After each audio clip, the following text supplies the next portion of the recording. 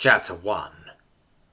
He held the pommel of the great blade in his left hand, his right hand forward just under the crossguard, a thumb laying across the flat, pointing it right at Durin's face.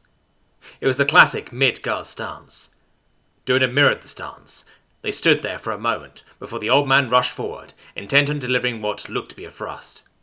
It came viper fast, moving so quickly that Durin didn't actually see it coming, but then again, the old man had trained him to not simply rely on his eyes.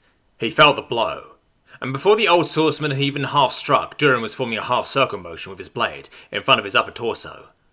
The blades impacted, flat to flat, and the momentum of the thrust was diverted harmlessly up and over his shoulder. The old man simply smiled and reversed the direction of the blade, pivoting it and striking at Durin's neck. Stepping back into the side, he gained enough distance, and once again the swords met with a ring as clear as a bell. The old man started circling right, blade held in front of him, parallel to the ground, the tip thrust aggressively at his opponent. In response, Durin started circling left, sword once again mirroring his mentor's. Durin stepped forward, testing his opponent's guard.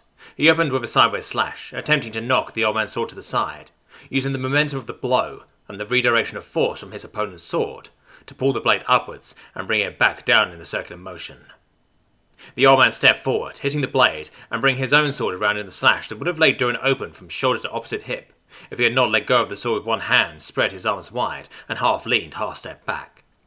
He lowered his centre of gravity, grabbed the hilt with both hands again, and once more went into the mid-guard stance with his blade at arm's length thrust forward. The old man settled into a shoulder rest stance, with his right hand under the crossguard, and his left hand gripping the pommel with the blade angled back over his shoulder.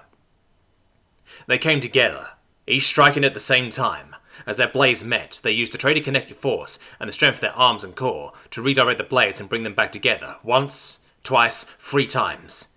It was on the 4th that the old man lashed out with a kick to Durin's midriff, throwing him back onto the hard-packed dirt.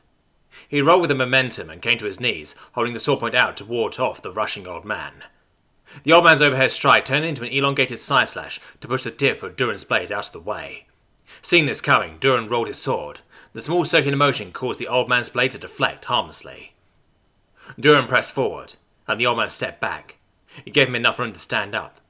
He switched from mid-guard to low-guard, holding the blade at waist height and pointing the tip towards the ground as he shuffled forward, leading with his right foot. He rushed forward, using a rising slash across the body from low left hip to upper right shoulder. It was deflected, and he followed it up with a thrust at gut height. This is where he made his first truly fatal mistake.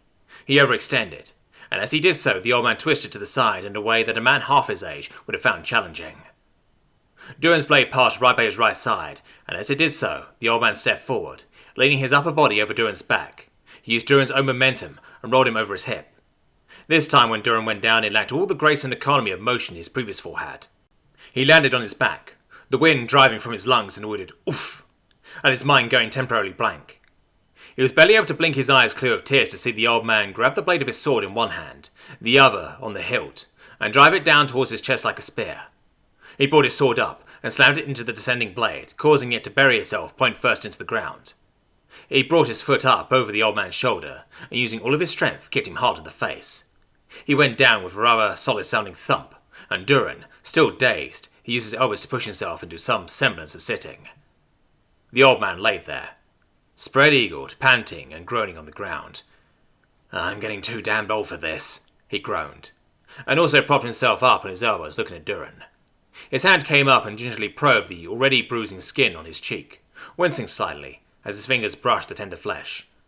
Durin looked at him, the old man looked back, a small smile forming on each of their lips. "Huh." The strangled sound pushed its way out of his throat like a cough. "Huh." The old man coughed, and there was a pregnant moment of silence before they both fell backwards, shaking with laughter. "Oh," the old man sighed when the fit of laughter died down. Durin was getting to his feet, occasional chuckles racking his body like coughing fits. He walked over to the old man and offered him a hand, pulling him up to his feet. "You know, if I was 30 years younger," he said with a groan, as he dusted his red-quilted gambeson off before straightening and stretching his back. "If you were 30 years younger, it still would have been a draw," Durin said, shaking his head and sheathing the two-handed practice sword back in his battered brown leather scabbard before removing the sword belt from around his waist. "As if. When I was your age, I'd..." Yeah. When you were my age, you had already fought the Butcher of Colan, the Dark Wizards at Lorhas, and, what was that other one? Oh yeah, the Hidden Masters of Jeltun, he said, counting the names off on his fingers and rolling his eyes, as he made his way over to the well and drew out a bucket of cool water. Stripping off his gambeson, he stood there for a moment, looking down at his reflection in the water. Fair skin, emerald green eyes, and long auburn hair that he held back in a queue at the nape of his neck. You look like your mother, the old man said, coming up behind Durin. Durin didn't say anything, simply overturned the bucket over his head, rinsing away the sweat that had accumulated during the fight. It's a good face, one that will cause the women to swoon, the old man laughed, slapping him on the back, no doubt in an attempt to lighten the mood. So, when do you leave? He asked, as Durin brushed damp locks of hair out of his eyes. Upon hearing those words he froze, muscles tensing up. Leave? He asked, in his best innocent voice. Pfft. The old man snorted. What do you think, I was born an old man? He scoffed. Or perhaps you think I'm stupid? There was no anger in the question, but Durin still felt guilty, like he had been caught doing something wrong. Listen, I agree, the old man said, with a warm smile. What? It's high time you got out of these godforsaken woods, got out and saw the world. He leaned in conspiratorially. And the women, definitely the women, he laughed and pulled back. 17 years, he said, with a sigh, as he looked up at the sky. 17 years you have lived with me. He looked at Durin. It's been a good 17 years, he said. And to Durin's embarrassment, he not only saw the old man's eyes misting over, but felt the sting in his. As if by some prearranged agreement, they both turned away, backs to each other. When Durin turned back around, the old man was holding a sword, and saw about out to him. What? Durin asked, taking the blade and pulling it free of the scabbard. That, the old man said, as Durin looked at it. It's one of the finest blades in my collection, forged by the Masters of Jor, of Tiberias. It was my first real sword of any worth. The sword was about 7.5 hands long, from pommel to tip, the blade being a full 5.5 hands in length. It had a long, narrow, diamond-shaped cross-section with a narrow ricasso. The shape of the blade, and the narrowing of the ricasso gave it a quite striking and aggressive look. When used in half-swording, it would almost qualify as a kind of short polearm. The stiff blade and all point would be devastating when the swordsman put the full momentum of his body behind a thrust. This is the sword that started me on my path in this world. I will take it, he said, cutting Durin off. You are the son of Holviti of Yutan. I will not have you bring shame to my name because you are not properly armed. Now, when were you thinking of leaving? He asked again. Durin slid the war sword back into his scabbard and held it close to his still wet chest. I was planning on leaving today, near mid-afternoon. Good.